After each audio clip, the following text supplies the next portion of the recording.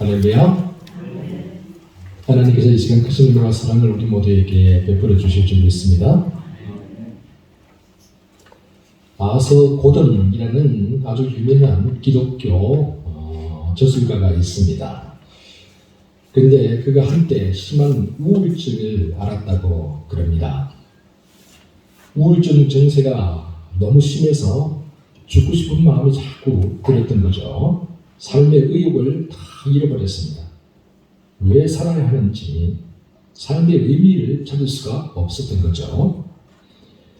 오랫동안 방황하던 그가 도저히 안 되겠다 해서 친구를 찾아갔습니다. 그 친구가 정신과 의사였습니다. 아서 고든으로부터 그동안 있었던 일들을 쭉 들었던 친구가 이렇게 말을 했어요. 자네가 어렸을 때 제일 하고 싶었고 가장 좋아했던 일이 뭔가? 이 말을 듣고 아스고돈이 말을 했죠. 내가 제일 좋아했던 것은 해변에 나가서 파도 소리를 듣는 거였어. 그러자 의사 친구가 그러면 내 충고를 따라서 한번 해보겠나? 그래서 고든은 의사 친구가 써준 4가지의 처방전을 가지고 집으로 돌아왔습니다. 그는 의사 친구의 말을 따라서 어린 시절 놀던 해변으로 갔습니다. 그리고 다음날 아침 9시 친구가 써준 첫 번째 처방전을 펼쳤습니다. 거기는 이렇게 쓰여 있었죠. 조용한 곳에 가만히 앉아서 자네가 좋아하는 파도 소리, 갈매기 소리를 한번 들어보게나. 조금 우스꽝스러웠지만 그는 친구의 처방전대로 가만히 앉아서 파도 소리, 갈매기 소리를 들었습니다. 12시가 되었습니다. 두 번째 처방전을 펼쳤습니다. 그 처방전에는 다음과 같이 쓰여 있었습니다. 이제 자네가 어렸을 때부터 지금까지 살면서 행복했다고 생각되는 순간을 떠올려 보게나. 그는 바닷가에 앉아서 행복했던 추억들을 하나하나 떠올리기 시작했습니다. 그러는 가운데 내 인생이 슬프고 우울한 것만은 아니구나 라는 것을 깨닫게 되었죠. 오후 3시 세 번째 처방전을 펼쳤습니다. 거기에는 자네 인생의 목적과 의미를 한번 검토해 보게나 라고 그렇게 쓰여 있었습니다. 그래서 고든은 나는 도대체 무엇 때문에 글을 써왔는가 생각하기 시작했죠. 결국 자기의 명예를 위해서, 자기의 이름을 드러내기 위해서, 그리고 사람들에게 칭찬받고 박수갈채를 받기 위해서 글을 써왔다는 사실을 깨닫게 되었습니다. 그래서 갑자기 내가 예수 믿는다고 말하면서, 내가 크리스찬이라고 그렇게 주장을 하면서도 하나님의 영광을 위해 살지 않고 내 이름과 내 영광을 위해 살아왔구나 라는 것을 알게 되었죠. 그는 자신의 머릿속 추한 모습에 갑자기 왈칵 눈물이 쏟아져 내렸습니다. 저녁 6시 마지막 4번째 처방전을 펼쳤습니다. 이제 자네의 죄를 하나님 앞에 고백할 시간인데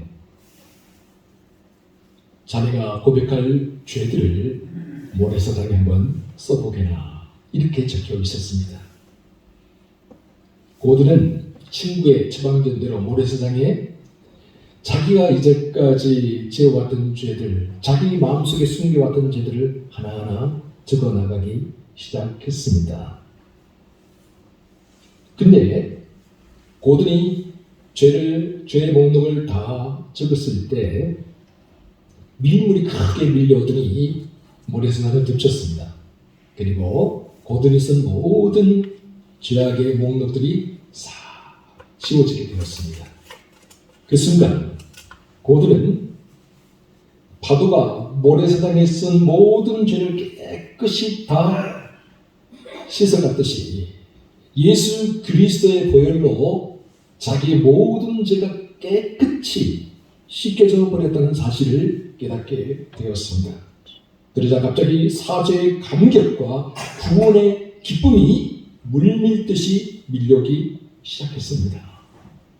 그는 하나님을 찬양하며 집으로 돌아갈 수 있었습니다. 예수 그리스도 안에서 새로운 삶의 목적과 방향을 잡았기 때문입니다. 그래요. 이전과는 완전히 다른 삶을 살기 시작했습니다. 죽음만 생각하고 어떻게 하면 죽을까 생각하면서 살았던 사람이 예수 그리스도의 이름으로 새롭게 다시 일어나서 다시 힘차게 살아가기 시작한 거죠. 오늘 본문 말씀은 사도행전 3장과 연결되는 말씀입니다. 사도행전 3장을 보면 태어나면서부터 40년 동안 지체장애를 앓아온 사람이 한 명 있었습니다. 걷지를 못했죠. 그래서 성전 미문에 앉아서 구걸을 하면서 살았습니다.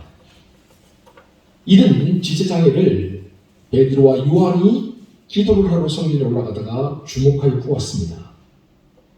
그리고 베드로가 그를 보며 말합니다. 은과 금은 내게 없거니와 내게 있는 이것을 너에게 주니 곧 나사렛 예수 그리스도의 이름으로 일어나 걸으라. 그러자 그가 발과 발목에 힘을 얻었습니다. 벌떡 일어섰습니다. 걷기도 하고 뛰기 시작했습니다. 성전으로 들어가며 하나님을 찬양했습니다. 할렐루야. 여러분, 이처럼 교회 역사를 살펴보면 수많은 기적들이 일어났다는 것을 알 수 있어요. 지금 현재도 마찬가지죠. 세계 곳곳에서 예수 그리스도의 이름으로 얼마나 많은 기적들이 일어나고 있는지 모릅니다. 그럼에도 불구하고 태어나면서부터 지체장애를 앓았던 사람, 한 번도 걸어본 적이 없는 사람이 일어나서 걷게 되었고 뛰게 되었고 그가 성전으로 올라가서 하나님을 찬양했다는 것은 기적 중에 기적입니다. 이렇게 놀라운 기적이 일어나자 사람들이 베드로에게로 요한에게로 몰려들었습니다. 그래서 베드로가 모여든 사람들에게 설교를 합니다. 그의 설교의 주제는 딱 한 가지입니다. 왜 우리를 주목하여 보느냐? 이 사람을 낫게 한 것은 우리가 아니라 예수 그리스도다. 예수 그리스도의 이름으로 이 놀라운 기적이 일어났다. 이렇게 베드로는 예수 그리스도 안에서 죽은 자의 부활이 있음을 전하였고 백성들은 베드로가 전하는 이 복음을 전해듣고 그날 남자는 5,000명이 예수 그리스도께로 돌아오는 역사가 일어났습니다.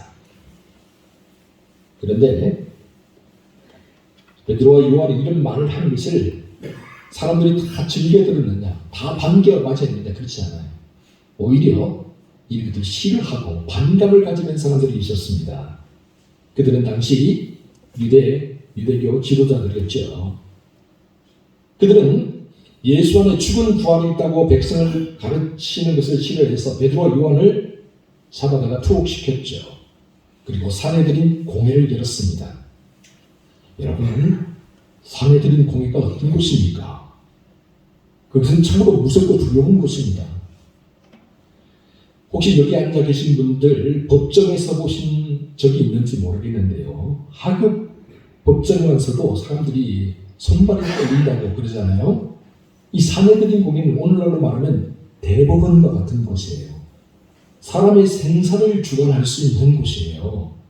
이 사내들인 공회에서 예수님께서 사형 선고를 받고 십자가에 못 박혀 죽지 않았습니까? 여러분, 예수님이 다피신 당시에 예수님을 따른 사람이 얼마나 많이 있었습니까? 당시 예수는 슈퍼스타였어요. 가는 곳마다 사람들이 구름대처럼 몰려들었잖아요. 그럼에도 불구하고 이런 예수님을 사형에 처했던 곳이 바로 사내들인 공회입니다. 베드로와 요한이 바로 이런 곳에 섰습니다. 정말 어마무시한 곳에 서서 신문을 당하게 되었던 것이죠. 그런데 베드로와 요한이 신문을 당한 것은 다른 것이 아니었습니다. 본문 7절 우리 같이 한번 볼까요? 본문 7절입니다. 시작. 사도들을 가운데 세우고 묻되 너희가 무슨 권세와 누구의 이름으로 이 일을 행하였느냐. 아멘. 사내들인 고민은 베드로와 요한이 도대체 누구의 이름으로 태어나면서부터 못 걷게 된 이 지체장애를 일으켜 세웠는가를 묻고 있습니다. 그리고 백성들에게 예수가 그리스도라는 것을 전파할 권세를 누가 너희들에게 허락했느냐라고 그렇게 지금 묻고 있는 거죠. 여러분, 말 한마디만 까딱 잘못하면 죽는 거예요. 그 자리에서 목숨이 날아갈 수도 있어요. 허튼 소리를 할 수 있는 자리가 아니에요. 그런데 이처럼 삼엄하고 살뜰이는 법정에서 베드로는 그를 주목하고 있는 사내들인 공회원들을 향해 담대하게 외치죠.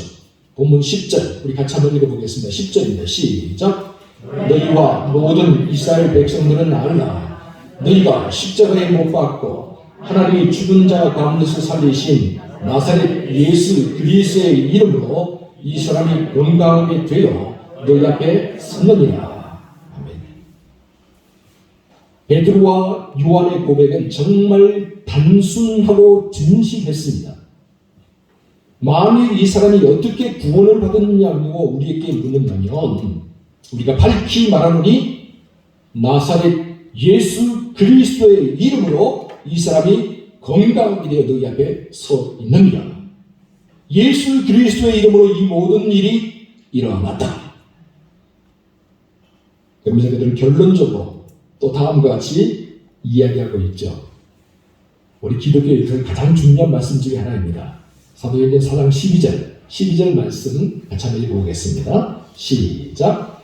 다른 이로서는 구원을 받을 수 없나니 천하 사람 중에 구원받을 만한 다른 이름을 우리에게 주신 일이 없음이라 하였더라. 아멘. 여러분, 다른 이로서는 구원받을 수 없음을 믿으시기 바랍니다. 천하 사람 중에 예수 그리스도의 이름 외에 구원을 받을 만한 다른 이름을 우리에게 주신 적이 없다는 사실을 믿으시기 바랍니다. 오직 예수 그리스도만이 우리의 유일한 구원자가 되십니다. 주 예수를 믿으라. 그리하면 너와 내 집이 구원을 받으리라. 오직 예수 그리스도의 이름으로 구원받을 수 있음을 믿으시기 바랍니다. 유대 종교 지도자들은 처음부터 사도들을 좋아하지 않았어요. 그들은 예수님의 죽음에 직접 관여한 사람들이었잖아요. 그렇기 때문에 예수님이 다시 부활했다라는 말은 자신들의 치부를 숨겨진 그 어두운 모습을 드러내는 것과 마찬가지예요. 그래서 어떻게든 그들은 사도들의 입을 틀어막으려고 했어요. 사내들인 공이라는 이 막강한 권세, 이 권력을 가지고 사도들이 입도 뻥끗하지 못하게 그렇게 위협하고 겁을 주려고 했죠. 그러면 사도들이 다시는 나가서 예수의 이름을 전하지 않을 거라고 생각을 했습니다. 그러나 여러분, 베드로와 요한의 모습을 보세요. 사내들인 공예가 겁을 주고 압박을 한다고 해서 입도 뻥끗하지 않나요? 아니요. 오히려 사내들인 공예원들 앞에서 이렇게 말을 합니다.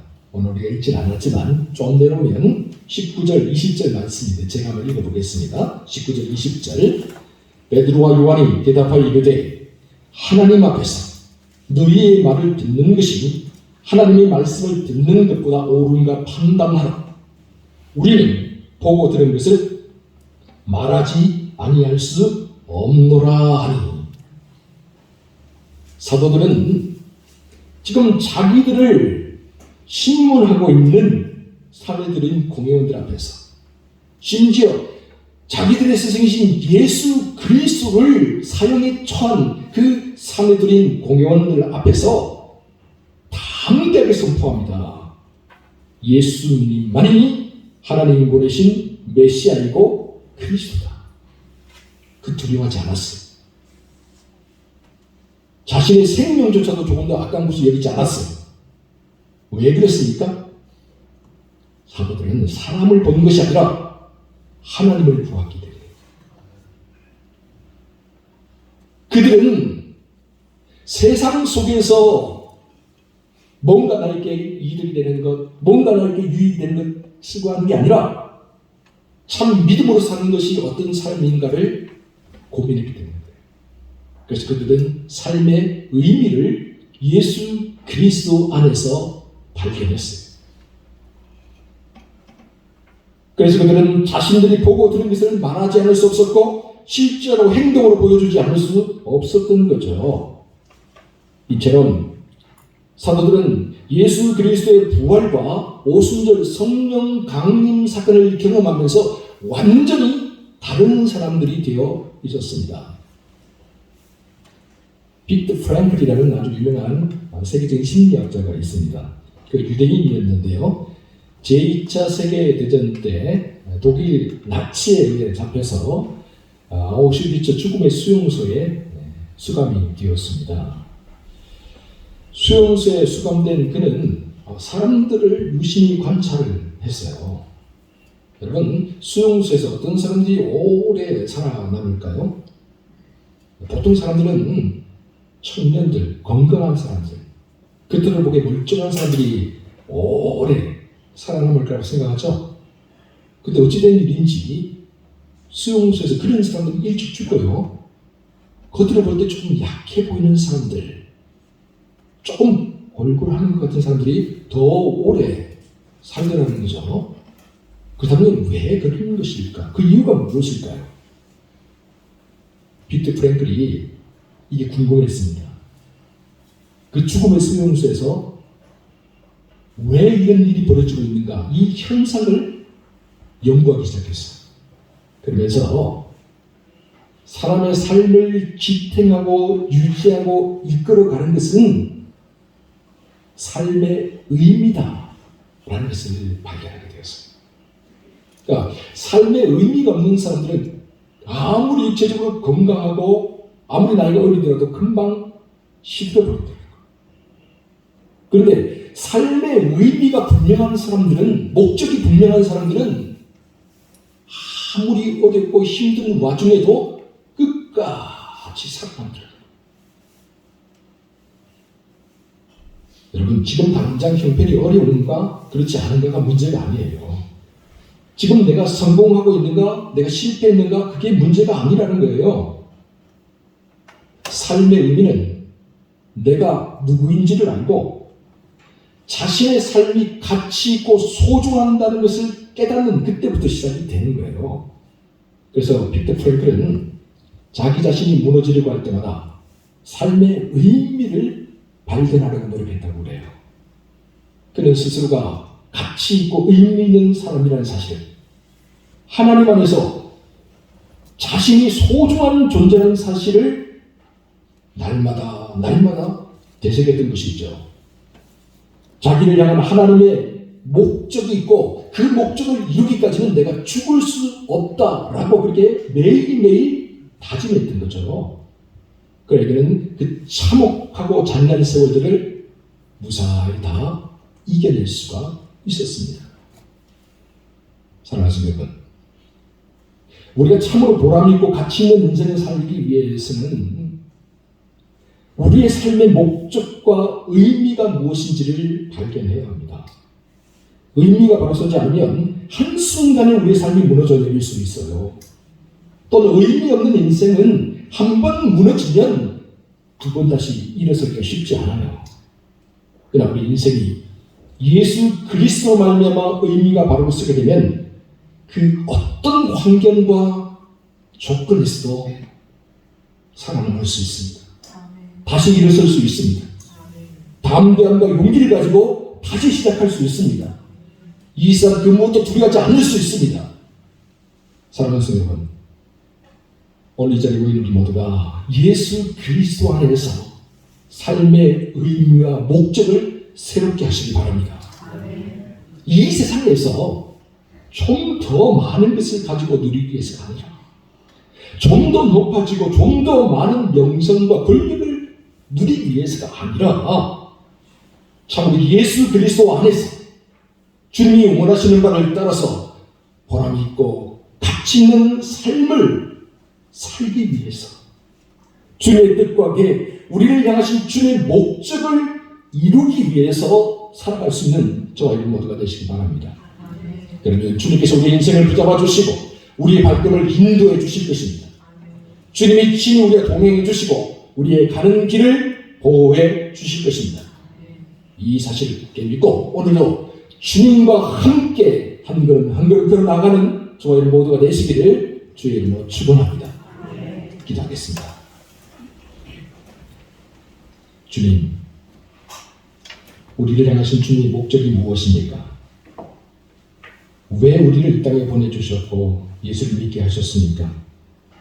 이 시간 간절히 바라고 원하는 것은 오늘 우리가 목적이 이끄는 삶을 살게 하여 주옵소서. 주님, 우리 양동교를 향한 주님의 목적이 무엇입니까? 왜 우리 양동교를 이곳에 세워주셨고 75년 동안 복음을 전하게 하셨습니까? 오늘 우리 양동교에 향하신 주님의 목적, 그 목적을 발견하고 깨닫고 그 목적을 따라 교회를 세워나가게 해 주옵소서. 주여, 끊임없이 묻고 질문하게 하시고 마침내 우리와 우리 교회를 향하신 하나님의 목적을 발견하게 하여 주옵소서. 그래 우리를 통해 우리 양동교회를 통해 주님의 뜻과 계획이 우리를 향하신 주님의 목적이 이루어지게 하시고 주님의 나라가 확장되어 가게 하여 주시며 하나님의 영광이 선포되게 하여 주옵소서.